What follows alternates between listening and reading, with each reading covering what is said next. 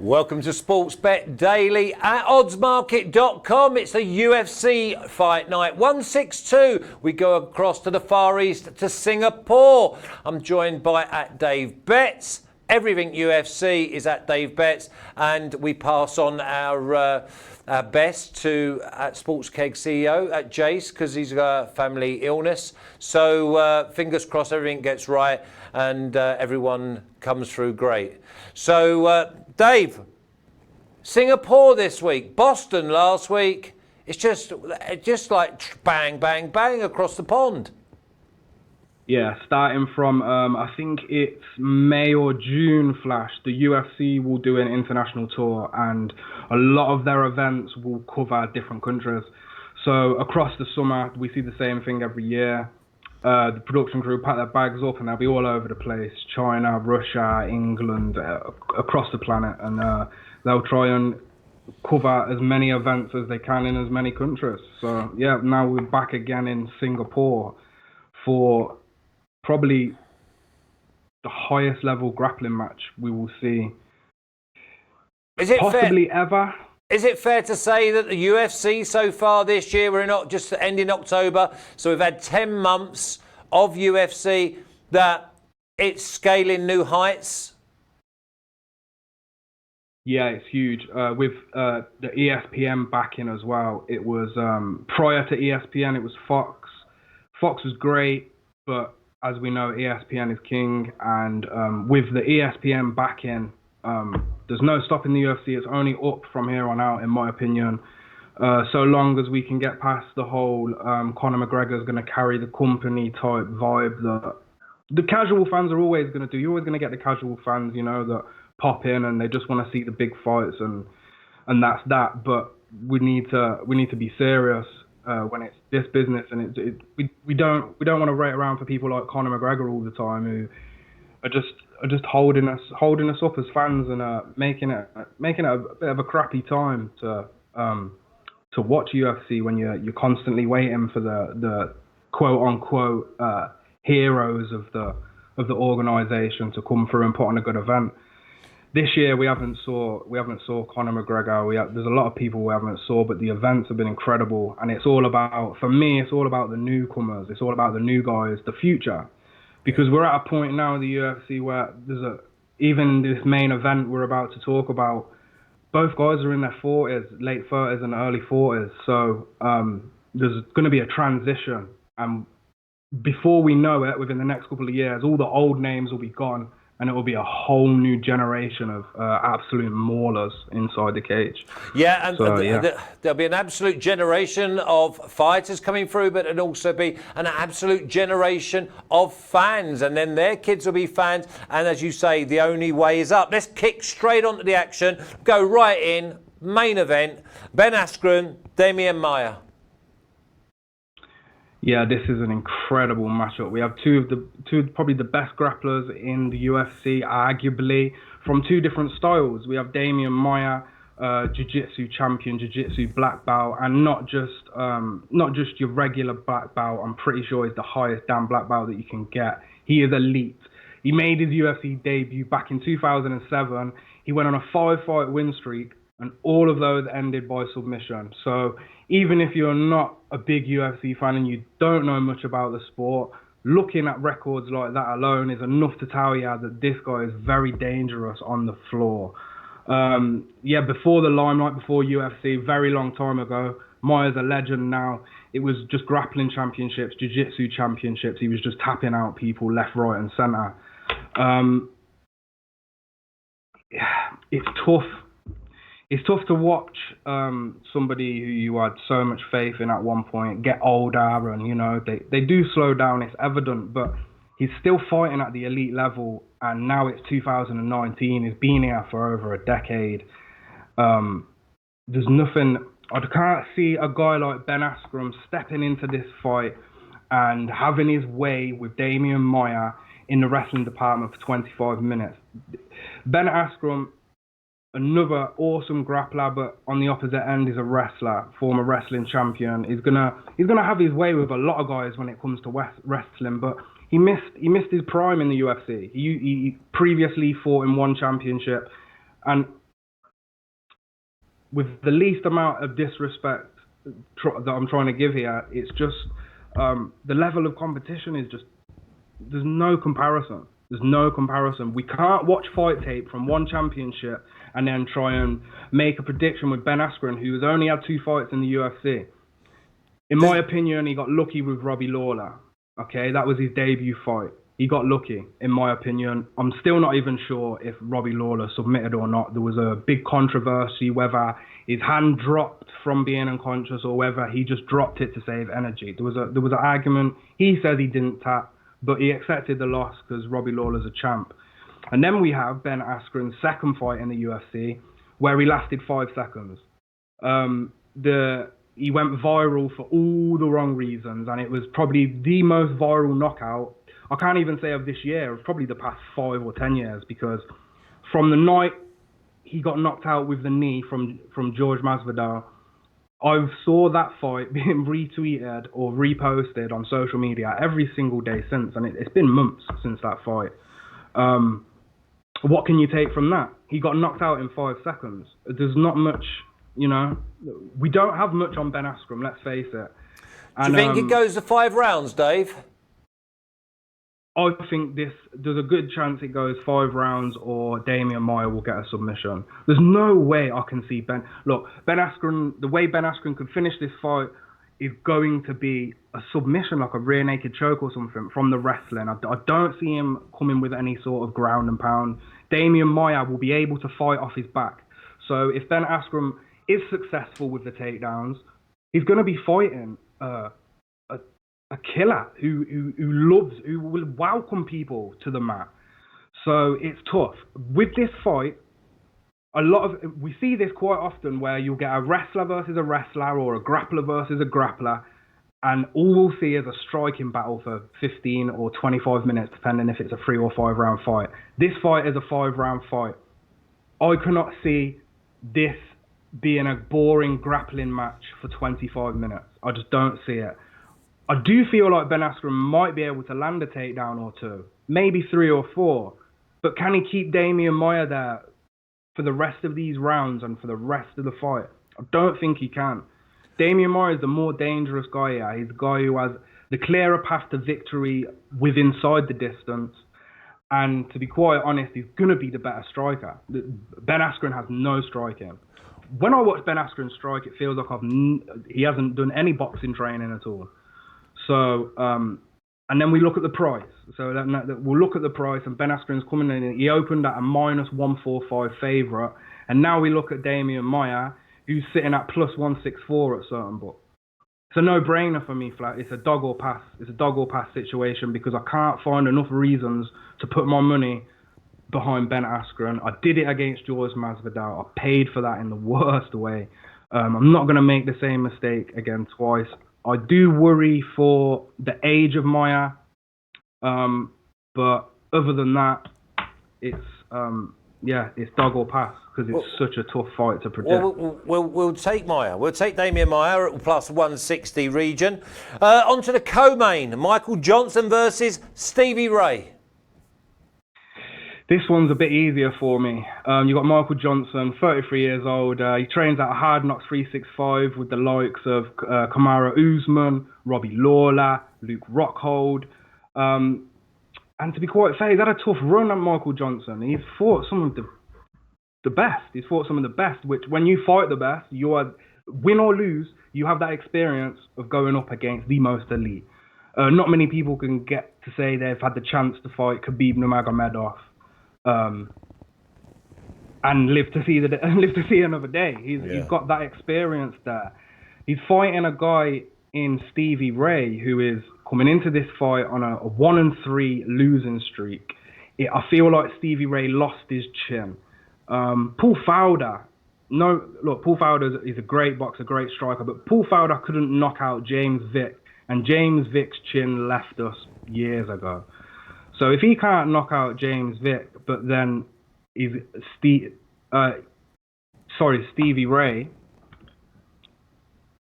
I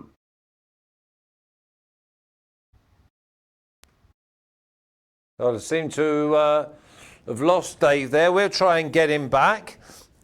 But I think he was definitely going to go towards Michael Johnson against Stevie Ray. Stevie Ray coming off 1-3. I mean, he's definitely got to get his career back on track in Singapore at the weekend.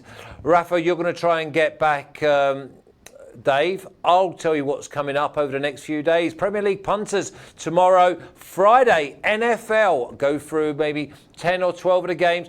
Toughest card I've seen. Week 8. This is without doubt absolute minefield trying to pick either a winner on the spread or the total points. I think everything's about right for every single matchup.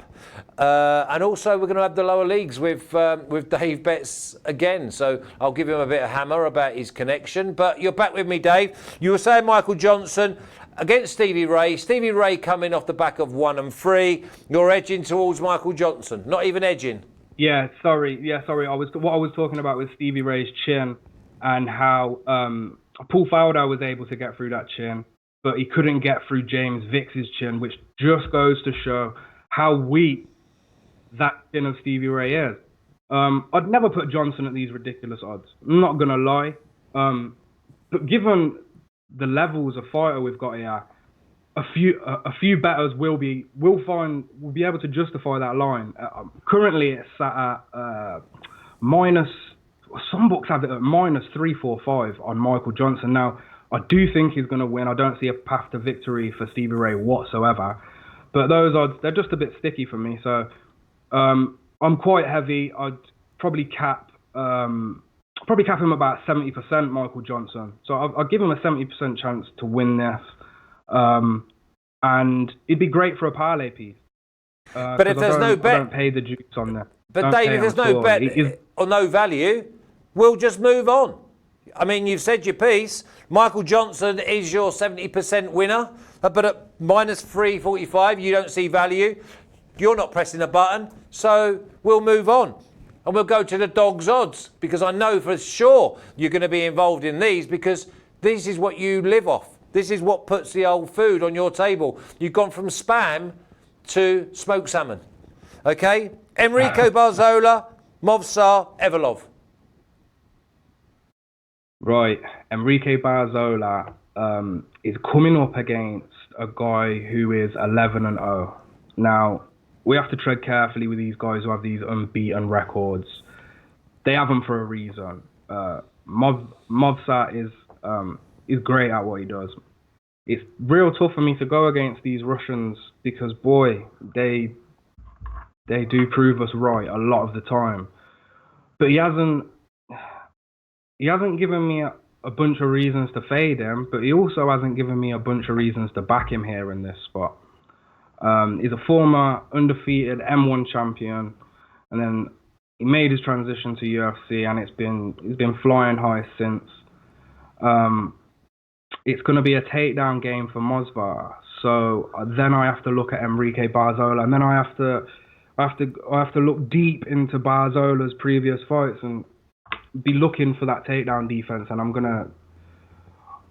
trying to figure out how he's going to stop Movsar, and I think he'll have a great job at doing it. To be honest,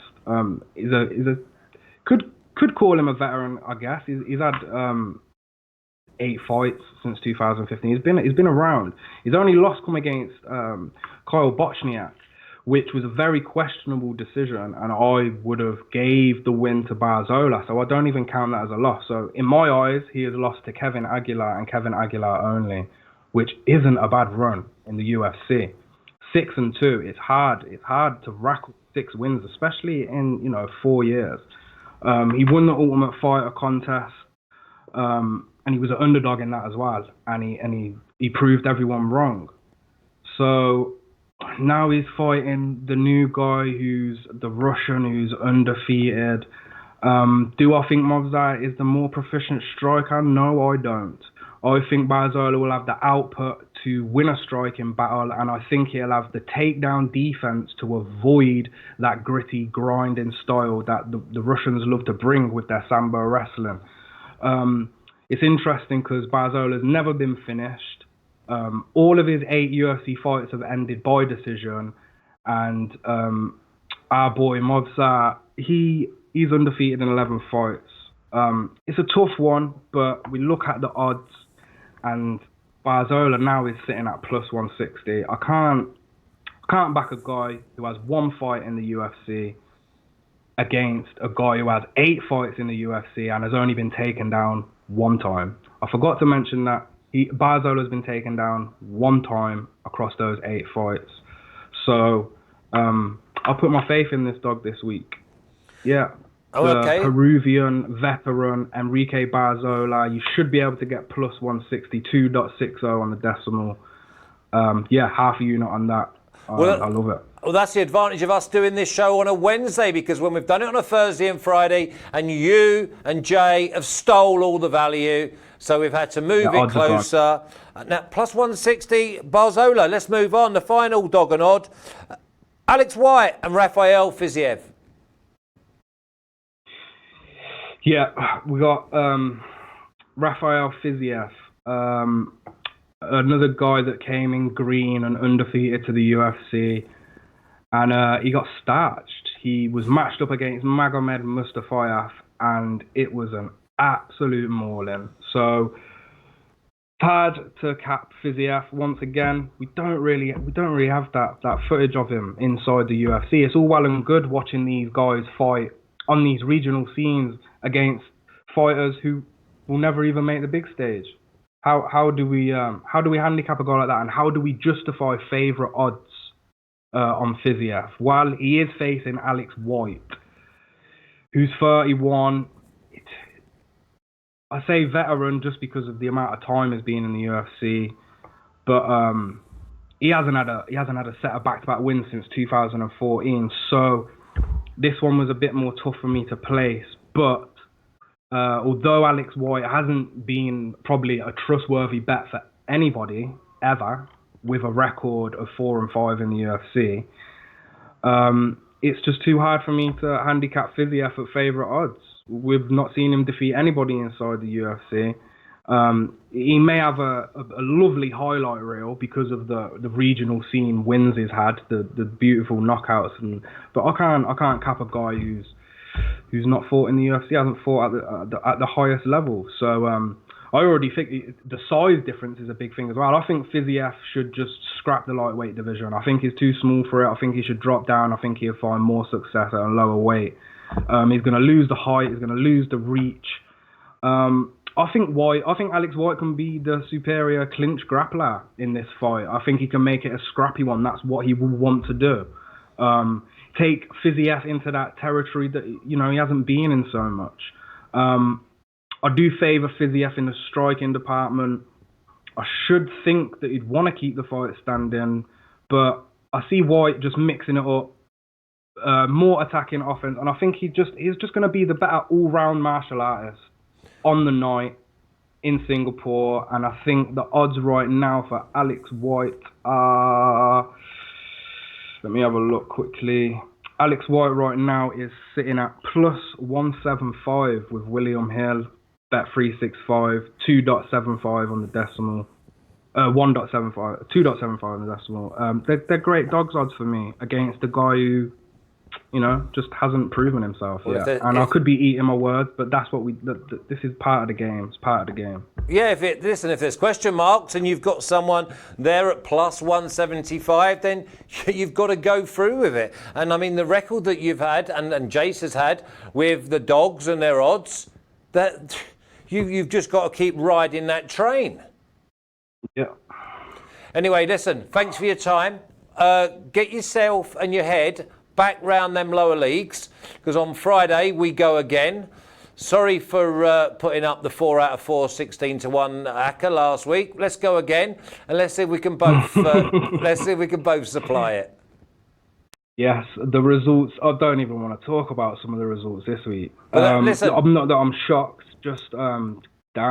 Yeah, well, crazy results. Yeah, championship, minefield, blows your legs off, but. Listen, you got to go through. How about them Juventus though? Them Juventus did all right. Boy, they saved my day with them 2 late goals. And I gave out a good casher actually. I gave out a plus 190. Nice. On who was it on?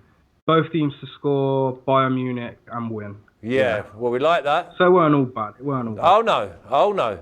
Listen, we got to take the rough with the smooth, as they say. But I look forward to seeing you on Friday, pal. Thank you, Flash. It's been a pleasure, my friend. Cheers, Dave. Take care. That's Dave Betts going through the UFC. Look at the articles on Odds Market and SBR. He'll also be joining me for lower leagues on Friday. Premier League punters tomorrow. Don't forget NFL on Friday. Until then, see you soon.